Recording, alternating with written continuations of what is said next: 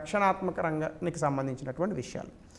ఇందులో మనము కొన్ని అయితే మనం ఖచ్చితంగా చూద్దామండి. ముఖ్యంగా పృథ్వీ అనేటటువంటిది ఒకటి ఉంది. పృథ్వీ అంటే బ్యాలిస్టిక్ మిసైల్స్ అని అంటారు. బ్యాలిస్టిక్ మిసైల్స్ అంటే ఇక్కడ వేశారనుకోండి మీరు, ఇలా వెళ్తుందన్నమాట. దీన్ని ఇంటర్ కాంటినెంటల్ బ్యాలిస్టిక్ మిసైల్ అని అంటారు. అంటే ఏంటి, పైకి వెళ్ళిపోయి వాతావరణం అవతలకి వెళ్ళి మళ్ళీ వేరే దేశం మీద పడుతుంది. సో బ్యాలిస్టిక్ మిసైల్స్ వేరు, ఇంటర్ కాంటినెంటల్ బ్యాలిస్టిక్ మిసైల్ వేరు. మన దగ్గర ఉన్న ఇంటర్ కాంటినెంటల్ బ్యాలిస్టిక్ మిసైల్ వచ్చేసి అగ్ని. ఇది కాకుండా నార్మల్ బ్యాలిస్టిక్ మిసైల్స్ ఉన్నాయి మన దగ్గర. ఇది రేంజ్ 350 కిలోమీటర్ల వరకు కొట్టగలవు. వార్ హెడ్స్ వచ్చేసి 500 నుంచి 1000 కిలోల ఈ యొక్క వార్ హెడ్స్ను మోసుకెళ్ళగలవు అనమాట. ట్విన్ ఇంజన్ ప్రపోల్షన్ సిస్టమ్స్ ఉంటాయి ఈ యొక్క మిసైల్స్కి. సో అడ్వాన్స్డ్ నావిగేషన్ సిస్టమ్ అనేటటువంటిది దీన్ని ఇటీవల కాలంలో DRDO టెస్ట్ చేసింది. సో ఇది మీరు బాగా గుర్తుపెట్టుకోవాలి. ఇందులో బాగా ఇంపార్టెంట్ నేను చెప్తాను చూడండి. ఇది ఒకటి అగ్నిలెట్ అని ఒకటి ఉంది, మీకు ఇక్కడ కనిపిస్తోంది స్క్రీన్ పైన. అగ్నిలెట్ ప్రపంచంలోనే మొట్టమొదటి 3D ప్రింటెడ్ రాకెట్ ఇంజన్. ఈ మధ్యకాలంలో 3D ప్రింటింగ్ అనేది ఒకటి వచ్చింది. 3D ప్రింటింగ్ అంటే మన స్కానర్ మీద, మన పేపర్ మీద ప్రింట్ చేసినట్టు ఉండదు. అది 3D ప్రింటింగ్లో ఏ మెటీరియల్ని వేసైనా కూడా మీరు ఒక ఆబ్జెక్ట్ని 3 డైమెన్షనల్ ఆబ్జెక్ట్ అనేటటువంటి దాన్ని మీరు ప్రింట్ చేయొచ్చు. సో కాబట్టి ఈ 3D ప్రింటింగ్లో భాగంగా మనకి IIT మద్రాస్ వాళ్ళు అగ్నికుల్ కాస్మోస్ అంటే ఒక స్పేస్ బేస్డ్ స్టార్టప్ ఒకటి ఉంది. అంటే స్పేస్ బేస్డ్ స్టార్టప్ అంటే మన ఎలాన్ మస్క్ లాగా అనమాట. రాకెట్స్ని వీటిని రోదస్లోకి పంపించడం. ఇది భారతదేశంలో ఒక స్టార్టప్ కంపెనీ ఉంది, దాని పేరు అగ్నికుల్ కాస్మోస్. ఈ స్పేస్ టెక్నాలజీ స్టార్టప్ వాళ్ళు IIT మద్రాస్లో దీన్ని ప్రారంభించారు. వీళ్ళు 3D printed rocket engine Agnilet అనేటటువంటి దాన్ని తయారు చేశారు. అంటే ఇది మొత్తం ఎలా అంటే దీని తయారీ అంతా కూడా కంప్యూటర్ల ఆధారంగా 3D ప్రింటింగ్ ద్వారా జరిగిందనమాట. సో కాబట్టి ఇది మనకి ఎగ్జామినేషన్లో అడిగే అవకాశం ఉంది. అగ్నిలెట్ సింగిల్ స్టెప్లో కొన్ని థౌజండ్స్ ఆఫ్ పార్ట్స్ని ఇంజిన్లో వాళ్ళు తయారు చేశారు. అంటే ఒక ఇంజిన్ తయారు చేయడం అంటేనే పెద్ద గొప్ప విషయం కదండి. కారులో కూర్చొని ఏసీ వేసుకొని హాయిగా ఎస్కలేటర్ నొక్కితే ఎన్ని వందల కిలోమీటర్లైనా వెళ్ళిపోతాం. అంటే దేనివల్ల సాధ్యమవుతుంది? ఇది కారులో ఉన్న ఇంజిన్ వల్లే. ఆ ఇంజిన్ పెట్రోల్ తీసుకొని ప్రతి చుక్కని ఎనర్జీగా మార్చి అంత పెద్ద కారుని అన్ని వందల కిలోల బరువుని ముందుకు తీసుకెళ్ళి వేగంగా వెళ్ళగలిగేంత టెక్నాలజీని డెవలప్ చేయడం అంటే అదేం సామాన్య విషయం కాదు. అలాంటిది భూమి వాతావరణం నుంచి బయటికి వెళ్ళగలిగేటటువంటి రాకెట్స్ని కూడా ప్రింటింగ్ ఆధారంగా తయారు చేయడం అనేటటువంటిది అదేమో చిన్న విషయం కాదు, అది చాలా గొప్ప సాంకేతికత. అందులో భాగంగా మనం అగ్నిలెట్ అనేటటువంటి దాన్ని తయారు చేసాం. సో కాబట్టి ఇది సెమీ క్రయోజెనిక్ ఇంజన్. అంటే క్రయోజెనిక్ ఇంజన్ అంటే ఏంటంటే బేసికల్గా అందులో హైడ్రోజన్ అలాగే ఆక్సిజన్ని, లిక్విడ్ ఆక్సిజన్ అనేది ఉంటుంది. ఈ రెండింటిని ఫ్యూయల్గా వాడతారు. అయితే ఇక్కడ liquid kerosene, super cold liquid ఆక్సిజన్ని ఫ్యూయల్గా వాడారు. అందుకే అది సెమీ క్రయోజెనిక్ ఇంజన్ అని అన్నారు. సో ఈ రకంగా అగ్నిలెట్ అంటే ఏంటి అని అడుగుతాడు. మనకి అగ్ని తెలుసు కానీ సినిమా అగ్నిలెట్ తెలియదు కాబట్టి ఆబ్వియస్గా మనం కొంచెం ఇబ్బంది పడతాం. It is the world first 3D printed rocket engine done by Agnikul cosmos, IIT మద్రాస్లో వచ్చిన startup Indian company. S-400 Triumph missiles, ఇది చెప్తాను, మోస్ట్ ఇంపార్టెంట్. ఇది మనకి బేసికల్గా మన దేశం ఉంది, మన దేశానికి సంబంధించి భద్రత అనేటటువంటిది మనకు చాలా ముఖ్యం. ఇప్పుడు ఫర్ ఎగ్జాంపుల్ ఇది మన దేశం అనుకోండి, ల్యాండ్ అనుకోండి. ఎవడన్నా వేరే దేశం నుంచి, పాకిస్తాన్ నుంచి మిసైల్ వస్తుంది అనుకోండి, ఇలా గాల్లోనే మిసైల్ని ధ్వంసం చేసేస్తే మన దేశం మీద ఆ మిసైల్స్ పడకుండా ఉంటాయి. ఇలాంటి టెక్నాలజీలు ప్రపంచంలో చాలా కొద్ది దేశాల దగ్గర మాత్రమే ఉన్నాయి. అమెరికాలో ఒక టెక్నాలజీ ఉంది. అయితే రష్యా దానికి ధీటుగా ఈ మధ్య కాలంలో ఒక టెక్నాలజీని కనిపెట్టిందండి. అదేంటంటే S-400 ట్రయంఫ్ మిసైల్స్. అమెరికాలో ఉన్నటువంటి టెక్నాలజీ పేరు థాద్. ఇలాంటి ఒక సిస్టమే ఇజ్రాయెల్ దగ్గర కూడా ఉంది, దాని పేరు iron dome. One of the wonderful technologies in the world, iron dome. కాకపోతే ఐరన్ డోమ్ టెక్నాలజీ బుజ్జి రాకెట్లను అది కొడుతుందన్నమాట. ఈ S-400 మిసైల్ సిస్టమ్ అనేటటువంటిది ఏంటంటే పెద్ద పెద్ద రాకెట్లని, పెద్ద రాడార్ వ్యవస్థలతో ఉంటుందన్నమాట ఈ S-400 రాకెట్ మిసైల్ సిస్టమ్. ఇది రష్యా వాళ్ళు తీసుకొచ్చారు. ఇది long range air defence system. Long range air defence system అంటే ఏంటి దాని అర్థము? దాదాపుగా 400 కిలోమీటర్ల దూరంలో ఉన్నటువంటి లక్ష్యాలను కూడా భూమిని చేరకుండా గాలిలోనే దాన్ని ధ్వంసం చేయగల వ్యవస్థ. ఇది UAVs, unmanned air vehicles, drones అని అంటాం కదా, వీటిని క్రూజ్ మిసైల్స్, వీటిని ధ్వంసం చేయగలదు. దీని స్పీడ్ కూడా 4800 మీటర్ పర్ సెకండ్ అనమాట. సో ఇది బేసికల్గా చాలా గొప్ప మిసైల్ సిస్టమ్. దీన్ని ఇటీవల కాలంలో మనం కొన్నాం. ఓకే, ఇది మనం కొన్నాం. World most long range surface to air missile system. ఎందుకంటే అమెరికా దగ్గర కూడా ఒక వ్యవస్థ ఉంది, థాద్ అని. అదే అధునాతన వ్యవస్థ, కానీ దానికన్నా అధునాతన వ్యవస్థను రష్యా వాళ్ళు తయారు చేశారు. సో రష్యా అమెరికాకి బహుశా ఎకనామికల్గా అంటే ఆర్థికంగా పోటీ ఇవ్వలేదేమో, కానీ సైనిక శక్తిగా చూసుకుంటే రష్యా చాలా గొప్ప పోటీ ఇవ్వగల దేశం అన్నమాట. సో కాబట్టి ఒకేసారి మీరు చూస్తే 100 టార్గెట్లను ఇది ఐడెంటిఫై చేయగలదు, 6 టార్గెట్లను ఒకేసారి ధ్వంసం చేయగలదు. అంటే ఇప్పుడు పాకిస్తాన్ మన మీదకు 100 మిసైల్స్ వేసింది అనుకోండి, ఈ 100 మిసైల్స్ని S-400 Triumph missile system, anti missile system దాన్ని ధ్వంసం చేయగలదు. So that's the biggest advantage of this S-400 missiles. ఇది మనం కొంటున్నాం ఇప్పుడు. సో ఇది మీరు గుర్తుపెట్టుకోవాలి. అలాగే వెపన్ లొకేటింగ్ రాడార్స్, స్వాతి ఎవరో అమ్మాయి అనుకుంటారు గబుక్కుని మీరు. So mobile artillery locating phased అరే రాడార్ డెవలప్డ్ బై ఇండియా. భారతదేశంలో మనమే డెవలప్ చేసుకున్నటువంటి ఒక సొంత రాడార్ అనమాట ఇది. ఇది ఏం చేస్తుంది అంటే మొబైల్ రాడార్, అంటే దీన్ని వ్యాన్ మీద అది తిప్పుతుంటారు, ఎక్కడికి కావాలో అక్కడ పట్టుకెళ్ళచ్చు. ఇది electronics and radar development establishment, అలాగే భారత్ ఎలక్ట్రానిక్స్ లిమిటెడ్. నేను ఇక్కడ మీకు చూపిస్తున్నాను. Electronics and radar development establishment and Bharat electronics limited, మనము దీన్ని తయారు చేసాం. అంటే ఇది సొంతంగా తయారు చేసుకున్నటువంటి వ్యవస్థ. సో ఇది ఏం చేస్తుందంటే మన దేశం మీదకి వేసేటటువంటి రాకెట్స్ ఏవైనా ఉంటే వాటిని డిటెక్ట్ చేస్తుంది.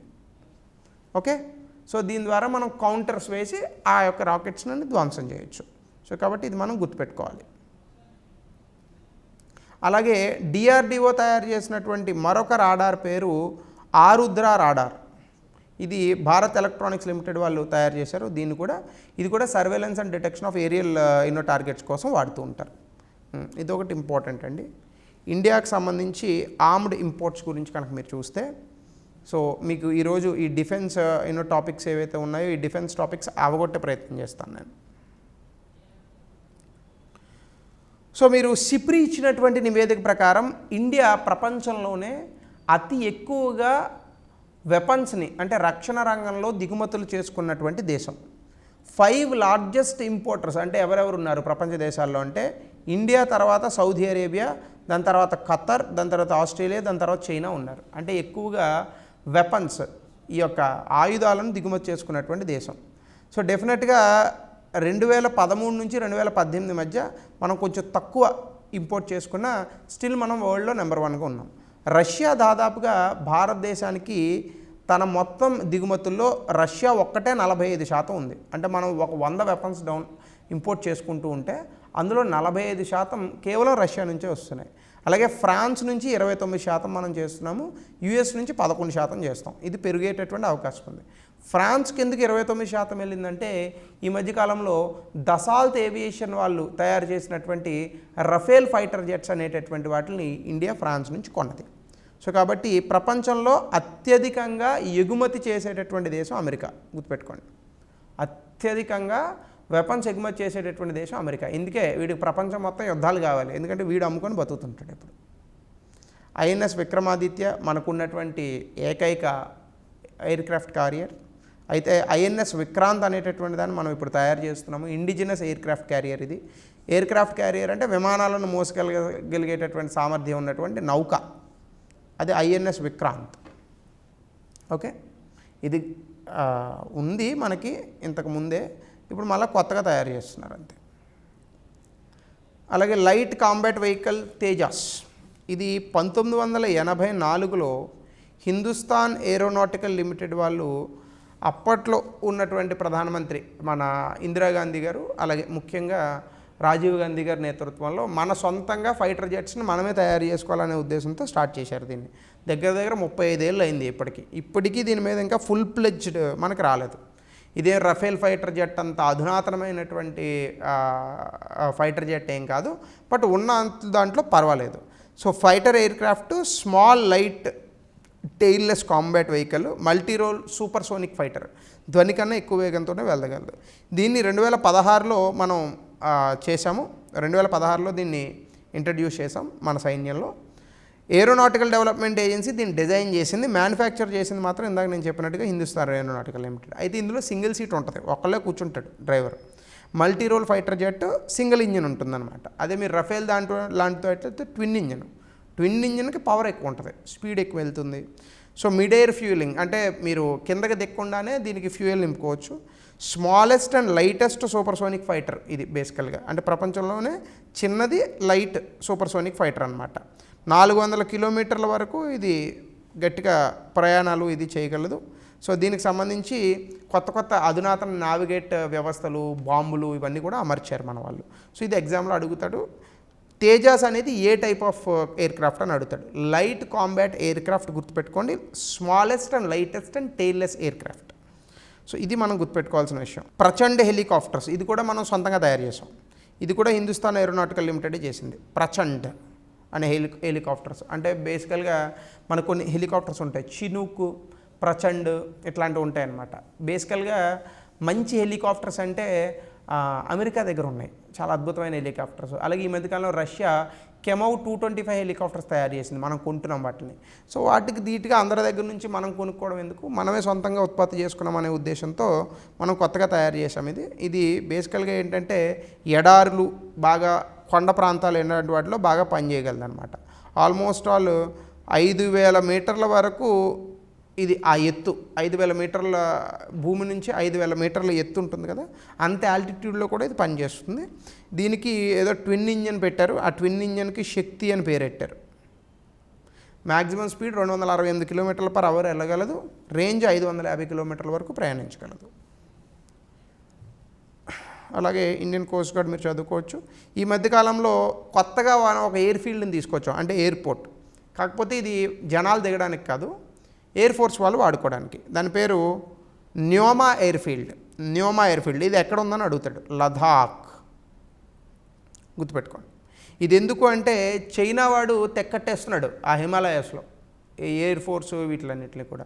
సో మనల్ని భయపెట్టడానికి, మనం చైనా వాడిని భయపెట్టడానికి ఇలాంటివి చేస్తూ ఉంటాం అనమాట. సో కాబట్టి these are all part and parcel of our security. 2 iron dome technology. ఇందాక చెప్పాను కదా మీకు, Rafael advanced defence system of Israel 2.5 నుంచి 4.3 మైల్స్ వరకు ఉన్నటువంటి మిసైల్స్ని ఇది ధ్వంసం చేయగలదు. మీరు కరెక్ట్గా చూసుకుంటే ఇది యాక్చువల్గా short range to medium range defence system. ఇందాక మేము చెప్పిన S-400 ట్రయంఫ్ మిసైల్స్ ఏంటి, థాద్ మిసైల్స్, అది లాంగ్ రేంజ్, అంటే 400 కిలోమీటర్ల వరకు అది ఈవెన్ అణుబాంబులను కూడా ఆపేయగలదు అది. కానీ ఈ యొక్క ఐరన్ డోమ్ అనేది నార్మల్ రాకెట్స్ని ఆపుతుందన్నమాట. So iron dome is a fantastic technology, అందులో డౌట్ లేదు. So medium range air defence system. ఒక రకంగా ఐరన్ డోమ్ టెక్నాలజీ వల్ల ఈరోజు హమాస్ నుంచి ఇజ్రాయెల్ తను కాపాడుకోగలుగుతుంది. సో ఇలా మీరు చెప్పచ్చు. So that is also there. ఇంకా మనం చూస్తే మిలిటరీ ఎక్సర్సైజెస్, అండ్ ఈ మధ్యకాలంలో జరిగిన మిలిటరీ ఎక్సర్సైజెస్ పక్క అడుగుతాడండి ఎగ్జామ్లో. ముఖ్యంగా వరుణ మిలిటరీ ఎక్సర్సైజ్, ఇది ఏ దేశాల మధ్య జరిగింది గుర్తుపెట్టుకోండి. ఇండియా ఫ్రాన్స్ నేవీ మధ్య, ఇండియా ఫ్రాన్స్ నేవీ మధ్య. ఇది అరేబియన్ సీలో అలాగే గోవా సీ దగ్గర జరిగింది, బాగా గుర్తుపెట్టుకోవాలి. అదే ఇండియా అండ్ ఫ్రాన్స్ మధ్య ఆర్మీ ఎక్సర్సైజ్ జరిగితే శక్తి, నావీలో జరిగితే వరుణ, ఎయిర్ ఫోర్స్లో జరిగితే గరుడ, గుర్తుపెట్టుకోవాలి. ఆర్మీ జరిగితే ఇండియా ఫ్రాన్స్ మధ్య ఆర్మీ ఎక్సర్సైజ్ జరిగితే దాని పేరు శక్తి, నావీలో జరిగితే దాని పేరు గరుడ, ఎయిర్ ఫోర్స్లో జరిగితే దాని పేరు ఎయిర్ ఫోర్స్లో జరిగితే గరుడ, నావీలో జరిగితే వరుణ, ఆర్మీలో జరిగితే శక్తి. ఆర్మీ డే పరేడ్ 2023 మొట్టమొదటిసారి బెంగళూరులో ఇది చేశారండి, first time. Outside national క్యాపిటల్లో కాకుండా జనరల్గా మనకి ఢిల్లీలో చేస్తారు ఆర్మీ డే పరేడ్ని, మన క్యాపిటల్ సిటీలో. కానీ అలా కాకుండా మొట్టమొదటిసారి బెంగళూరులో చేశారు. సో ఆర్మీ డే పరేడ్ 2023 ఎక్కడ జరిగింది అని కనుక మిమ్మల్ని అడిగితే Bengaluru. So first Indian commander in chief of Indian army general, later field marshal అయ్యాడైన కేఎం కరియప్ప, ఈయన్ని గుర్తు చేసుకునేందుకు గాను ఈ ఆర్మీ డే పరేడ్ అనేటటువంటి దాన్ని, ఈ డేని రికగ్నైజ్ కూడా చేస్తాం మనం. సో కాబట్టి అది గుర్తుపెట్టుకోవాలి మీరు. So that is also there. Veer guardian ఇది అడిగే అవకాశం ఉందండి. వీర్ గార్డియన్ ఏ ఏ దేశాల మధ్య జరిగినటువంటి మిలిటరీ ఎక్సర్సైజ్ అని అడిగితే కనుక ఇండియన్ ఎయిర్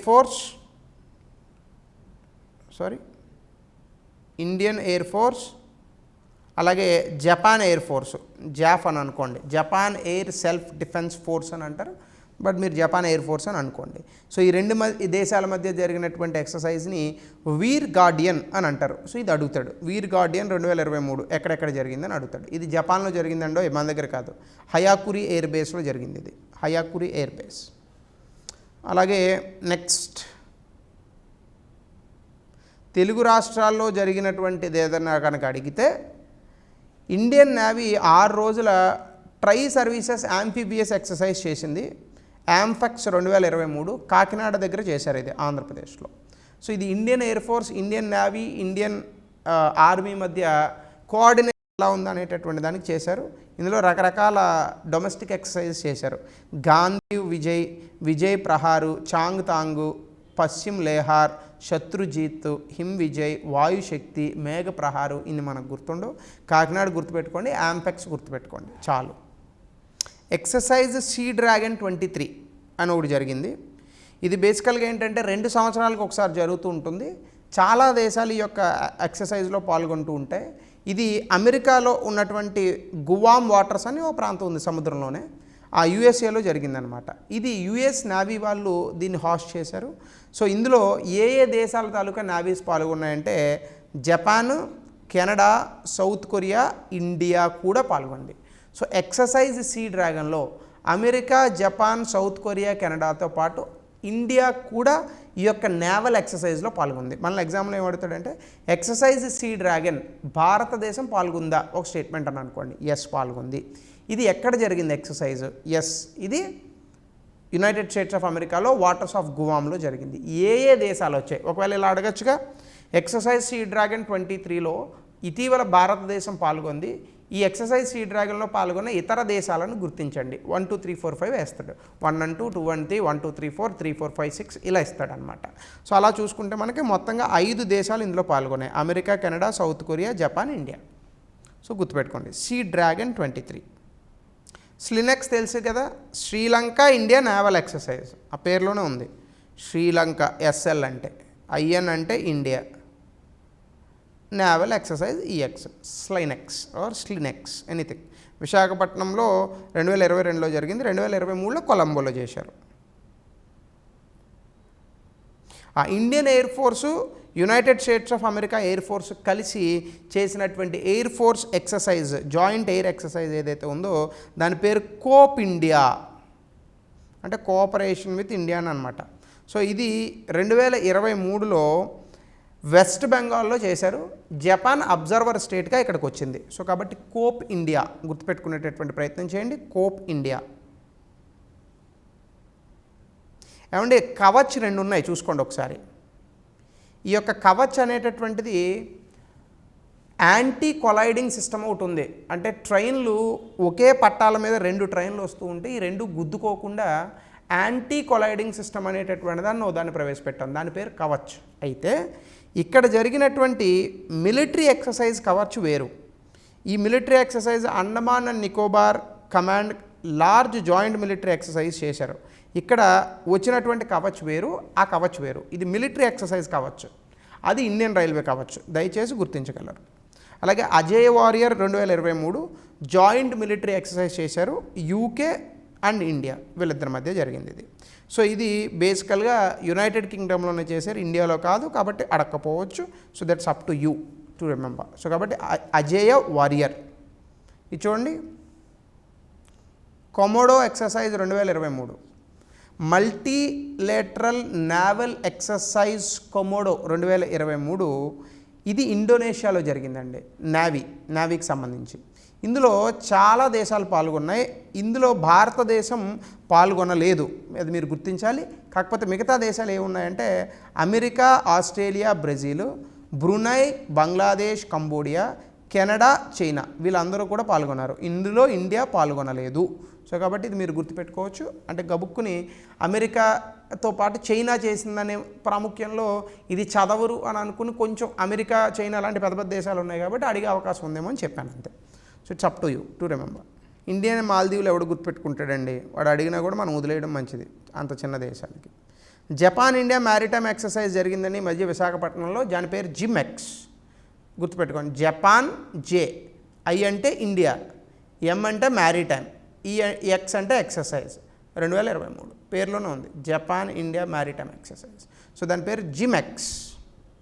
ఇదొకటి చూడండి, సాగర్ కవచ్. 2 రోజులు కోస్టల్ సెక్యూరిటీకి సంబంధించి అతిపెద్ద కోస్టల్ లైన్ 2వ స్థానంలో ఉన్నటువంటి ఆంధ్రప్రదేశ్లో ఈ సాగర్ కవచ్ పెరేడ్ అనేటటువంటి దాన్ని చేశారు. ఇది 2008 మనకి ముంబై అటాక్స్ జరిగాయి కదండి, 26/11 అటాక్స్. ఆ అటాక్స్లో పురస్కరించుకొని ఇలాంటి అటాక్స్ మళ్ళీ సముద్రం నుంచి ఎవరు రాకుండా ఈ యొక్క ఎక్సర్సైజెస్ చేస్తున్నారు కోస్టల్ సెక్యూరిటీ మీద. సో దానికి సంబంధించి ఈ సాగర్ కవచ్ అనేటటువంటి దాన్ని చేశారు. ఇది ఆంధ్రప్రదేశ్లో జరిగింది 2023లో, గుర్తుపెట్టుకోండి. అలాగే మనకి నొమాడిక్ ఎలిఫెంట్ అని ఒకటి ఉందండి, జాయింట్ మిలిటరీ ఎక్సర్సైజ్. ఇది ఇండియా మంగోలియా మధ్య. Okay, nomadic elephant.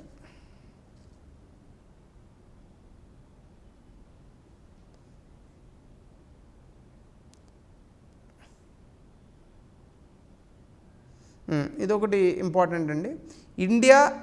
ఇండియాలో ఉన్నటువంటి ఇండియన్ ఎయిర్ ఫోర్స్ ఏదైతే ఉందో, ఈ Indian air force major exercise ఒకదాన్ని చేస్తూ ఉంటుంది. దీని పేరు త్రిశూల్ అని చేస్తూ ఉంటారు. ఈ త్రిశూలంలో ఉన్న 3 ట్రైడెంట్స్ కూడా దేనికి సూచనలు అంటే, ఒకటేమో ఎయిర్ ఫోర్స్, ఇంకోటేమో నావీ, ఇంకోటేమో ఆర్మీ అనమాట. సో ఎక్సర్సైజ్ చైనా పాకిస్తాన్ బోర్డర్లో జనరల్గా చేస్తూ ఉంటారు. లదాఖ్, హిమాచల్ ప్రదేశ్, జమ్మూ అండ్ కాశ్మీర్, పంజాబ్. ఓకే, ఇది గుర్తుపెట్టుకోండి, త్రిశూల్ ట్రైనింగ్ ఎక్సర్సైజ్. అది యుద్ధ అభ్యాస్, ఇది చాలా ఇంపార్టెంట్ అండి, ఎగ్జామ్కి ఎక్కువగా న్యూస్లో వచ్చింది. ప్రతి సంవత్సరం చేస్తూ ఉంటారు. ఇండియన్ ఆర్మీ, యుఎస్ ఆర్మీ కలిసి చేసేటటువంటి ఎక్సర్సైజ్ పేరే యుద్ధ అభ్యాస్. ఎక్సర్సైజ్ యుద్ధ అభ్యాస్. ఇది యుఎస్లో అలాస్కాలో చేశారు. సో యుఎస్లో చేశారు. 2022లో మాత్రం ఇండియాలో ఉత్తరాఖండ్లో చేశారు. ఇది జనరల్గా చలికాలం చేస్తూ ఉంటారు ఇలాంటివి. మరి ఎక్కువగా చెమట పట్టదనేమో, రైట్. ఇండియా బంగ్లాదేశ్ మధ్య జరిగినటువంటి జాయింట్ మిలిటరీ ఎక్సర్సైజ్ పేరు సంప్రీతి. ఇది మేఘాలయలో చేశారు. సంప్రీతి. ఓకే, సంప్రీతి గుర్తుపెట్టుకోవాలి.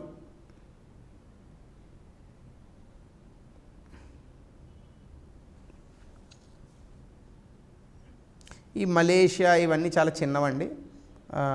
వి can't remember all those things. Garuda Shakti కూడా అనవసరమే, మిత్రశక్తి కూడా అనవసరమే, మిలాన్ కూడా వద్దు. రెస్క్యూ ఆపరేషన్స్ చేశారండి, very very important for the examination. VVIP operation Ajay మీ అందరికీ తెలుసని అనుకుంటున్నాను. ఇజ్రాయిల్ హమాస్ యుద్ధంలో భాగంగా మన భారతదేశానికి సంబంధించినటువంటి పౌరుల్ని వెనక్కి తీసుకురావడానికి చేసిందే operation Ajay. So operation Ajay ఏ సమయంలో చేశారు? ఇజ్రాయిల్ హమాస్ యుద్ధం. ఆపరేషన్ కావేరి ఇదేంటిది? బేసికల్గా ఇండియన్ సిటిజన్స్ని సూడాన్ ప్రాంతం నుంచి వెనక్కి తీసుకురావడానికి చేసిన దాని పేరు ఆపరేషన్ కావేరి. ఆపరేషన్ దోస్త్ టర్కీ సిరియాలో జరిగినటువంటి ఎర్త్క్వేక్ ఉంది. మన మధ్యకాలంలో టర్కీలో 7 magnitude ఎర్త్క్వేక్ వచ్చింది. ఈవెన్ ఒక కాంటినెంటే జరిగిందని చెప్తున్నారు. అక్కడ జరిగినటువంటి ఈ యొక్క ఎర్త్క్వేక్ సమయంలో, భూకంపం సమయంలో చాలామంది ఇండియన్స్ ఉండిపోయారు అనమాట. ఆ సమయంలో మనం చేసి రెస్క్యూ ఆపరేషన్ చేసి మన ఇండియన్స్ని అందరినీ ఇంటికి తీసుకొచ్చాం. దాని పేరు ఆపరేషన్ దోస్త్ 2023. అలాగే ఆపరేషన్ కరుణ. మయన్మార్లో మోచా అనే ఒక తుఫాన్ వచ్చిందండి. మయన్మార్లో మోచా అనే ఒక తుఫాన్ వచ్చింది. అప్పుడు అక్కడ ఇరుక్కుపోయిన వాళ్ళని వెనక్కి తీసుకురావడానికి పెట్టింది ఆపరేషన్ కరుణ. ఆపరేషన్ గంగా మీ అందరికీ బాగా తెలిసింది. ఇది రష్యా ఉక్రెయిన్ వీళ్ళిద్దరి మీద యుద్ధం చేసుకుంటున్నారు. సో ఉక్రెయిన్ని రష్యా ఆక్రమించడానికి ప్రయత్నిస్తోంది. ఆ సమయంలో అక్కడ ఇరుక్కుపోయిన మన ఇండియా వాళ్ళని తీసుకొచ్చిందే ఆపరేషన్ గంగా. ఆపరేషన్ దేవీ శక్తి ఓల్డ్ అయిపోయింది, ఇది వద్దు. వందే భారత్ కూడా వద్దు, కాకపోతే అడిగితే ఓల్డ్ది అది. సో COVID-19 పాండమిక్లో భారతదేశానికి సంబంధించిన వ్యక్తులు వేరే వేరే దేశాల నుంచి తీసుకొచ్చిందే వందే భారత్. సముద్ర సేతు కూడా అవసరం లేదు. ఇది అంతా పాత అయిపోయినాయి, కొత్తవి మాత్రం చదువుకోండి.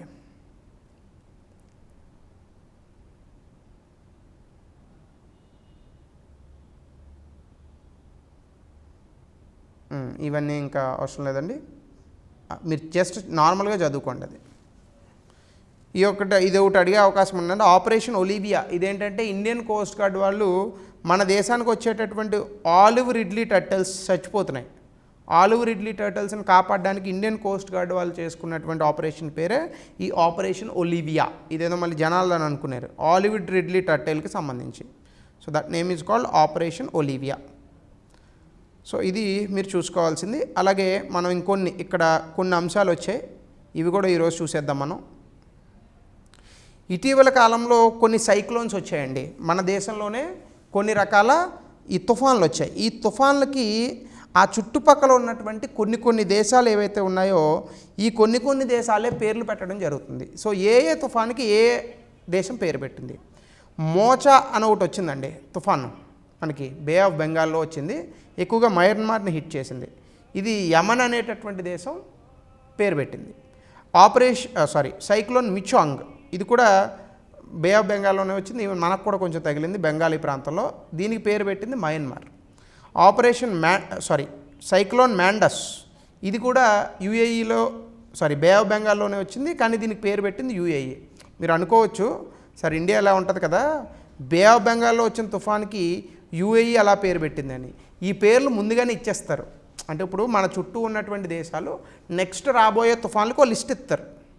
ఇప్పుడు ఇండియా ఇచ్చిన పేరు ఉంది, నెక్స్ట్ రాబోయే తుఫాన్కి ఇండియా ఇచ్చిన పేరు పెడతారు, ఆ తర్వాత రాబోయే తుఫాన్కి శ్రీలంక ఇచ్చిన పేరు పెడతారు. కాబట్టి మన పక్కనున్న దేశాలు అయినప్పటికీ కూడా మన తాలూకా తుఫాన్లకి వేరే దేశాల పేర్లు పెట్టచ్చు, అలా జరుగుతుందన్నమాట, ఎందుకంటే ప్రీ డిటర్మైన్డ్ నేమ్స్ కాబట్టి. సో కాబట్టి ఈరోజు మనం ఇది కూడా కంప్లీట్ చేద్దాం. సైక్లోన్ మ్యాండస్కి పెట్టిన పేరు యూఏఈ. అలాగే గ్రాబ్రియల్ అని పసిఫిక్ ఓషన్లో వచ్చింది, ఇది మనల్ని అడగడం. సో కాబట్టి వద్దు. అరేబియన్ సీలో మనకు వచ్చింది, ఈవెన్ గుజరాత్ని కూడా కొంచెం ఇది ఇబ్బంది పెట్టింది. ఇందాక ఆపరేషన్స్ చెప్పి అందులోకి వెళ్ళిపోతుంది బ్రెయిన్. సైక్లోన్ బిపార్జాయ్ ఈ పేరు పెట్టింది బంగ్లాదేశ్. బే ఆఫ్ బెంగాల్లో మన బంగాళాఖాతంలో గులాబ్ అనేటటువంటి ఒక తుఫాన్ వచ్చిందండి, దీని పేరు పాకిస్తాన్ పెట్టింది. అలాగే ఈ యాస్ చాలా తక్కువ ప్రభావం చూపించింది, మీరు గుర్తుపెట్టుకుంటే మీ ఓపిక, ఒమన్. అలాగే సైక్లోన్ టౌట్కే ఇది చాలా విచిత్రమైన పేరు, ఇది టౌట్కే అది టౌక్టే ఇది మయన్మార్ వాళ్ళు పెట్టారు, అరేబియన్ సీలో వచ్చింది. సో ఇటు సముద్రం ఉంటేనేమో అటు దేశాలు పెట్టా, అటు సముద్రం ఉంటే ఇటు దేశాలు వచ్చాయి పేర్లు ఈసారి.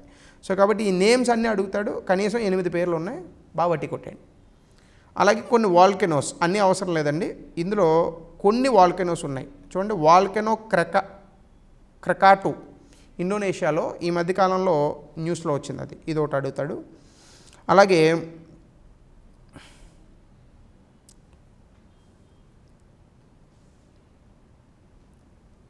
మ్యాక్సిమం అన్నీ ఇండోనేషియాలోనే ఉంటాయి. కోటోపాక్సీ ఇది కూడా మనకు అడగకపోవచ్చు.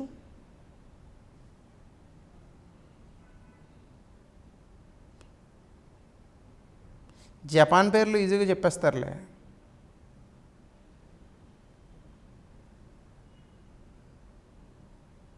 మెరాపీ కూడా ఇంపార్టెంటే. సో ఈ రెండు బాగా గుర్తుపెట్టుకోండి, మిగతా పేర్లు మీకు గుర్తుంటే మీ ఓపిక. ఆ రెండు అయితే ప్రస్తుతానికి ఈ రెండు చాలు. వెనాటు కూడా ఈస్ట్ ఎపి ఇది గుర్తుపెట్టుకోండి, ఎందుకంటే ఈ వెనాటు దేశం మునిగిపోతుందని అంటున్నారు చాలామంది. సో కాబట్టి అక్కడ ఆ పర్టికులర్ థింగ్లో క్వశ్చన్ అడిగేటటువంటి అవకాశం ఉంది, మిగతా ఏవి అడగకపోవచ్చు. సో అది వాల్కెనోస్కి సంబంధించి న్యూలీ అపాయింటెడ్ ఈ పేర్లు మీరు చదువుకోవచ్చు. So that's not an issue. So ఇక్కడతో మనము almost all polity and national issues complete చేసాం, ఎకనామిక్ సంబంధించిన ఇష్యూస్ కంప్లీట్ చేసాం, ఇంటర్నేషనల్ రిలేషన్స్ కంప్లీట్ చేసాం, దాంతోపాటుగా ఆపరేషన్స్ కంప్లీట్ చేసాం, రెస్క్యూ ఆపరేషన్స్, అలాగే మిలిటరీ ఎక్సర్సైజెస్ కంప్లీట్ చేసాం, వాల్కెనోస్ చూసాం, సైక్లోన్స్ చూసాం. ఇంకా మిగిలింది మేజర్ టాపిక్ ఎన్వైర్న్మెంట్ ఒకటి మిగిలింది, ఇది రేపు మనం కంప్లీట్ చేద్దాం. ఎన్వైర్న్మెంట్ తర్వాత 2024 కరెంట్ అఫైర్స్కి సంబంధించి మన బుక్లో చివరన ఒక 30 పేజీలో 35 పేజీలు ఇవ్వడం జరిగింది. ఆ 2024 కరెంట్ అఫైర్స్ కంప్లీట్ చేస్తే మనకి international and national current affairs పూర్తవుతుంది. మ్యాక్సిమం క్వశ్చన్స్ ఇందులోంచి వచ్చే అవకాశం ఉంది. క్వశ్చన్ని డైరెక్ట్గా ఎక్స్పెక్ట్ చేయకండి. ఖచ్చితంగా క్వశ్చన్లో ఇచ్చినటువంటి ఒక స్టేట్మెంట్నైనా మీరు నేను చెప్పిన ఇన్ఫర్మేషన్తో ఎలిమినేట్ చేయగలిగితే that would be an wonderful task. అయితే ఈ పర్టికులర్ థింగ్ అయిన తర్వాత నేను ఏం చేస్తానంటే మీకు ఎలిమినేషన్ పద్ధతులు ఎలా చేయాలనేది చాలామంది అడిగారు. ఇది నేను మీకు ఎలా చెప్తాను అంటే గతంలో మీకు ఇచ్చినటువంటి టీఎస్పీఎస్సీ గ్రూప్ 1 పేపర్ని ఆధారంగా చేసుకునే మీకు ఎలిమినేషన్ పద్ధతులు చెప్తాను. సో డెఫినెట్గా that will be helpful for you. So అది మీకు బాగా యూటిలైజ్ అవుతుంది. సో ఎందుకంటే అన్ని క్వశ్చన్లు మీరు ఆన్సర్ చేయాలి కాబట్టి that would be an wonderful thing for all of you. So ఇది ఈరోజు class. So thank you. Will meet in the next session. ఆ నెక్స్ట్ సెషన్లో మనము మిగతా విషయాలన్నింటినీ కూడా కంప్లీట్ చేద్దాం. Thank you.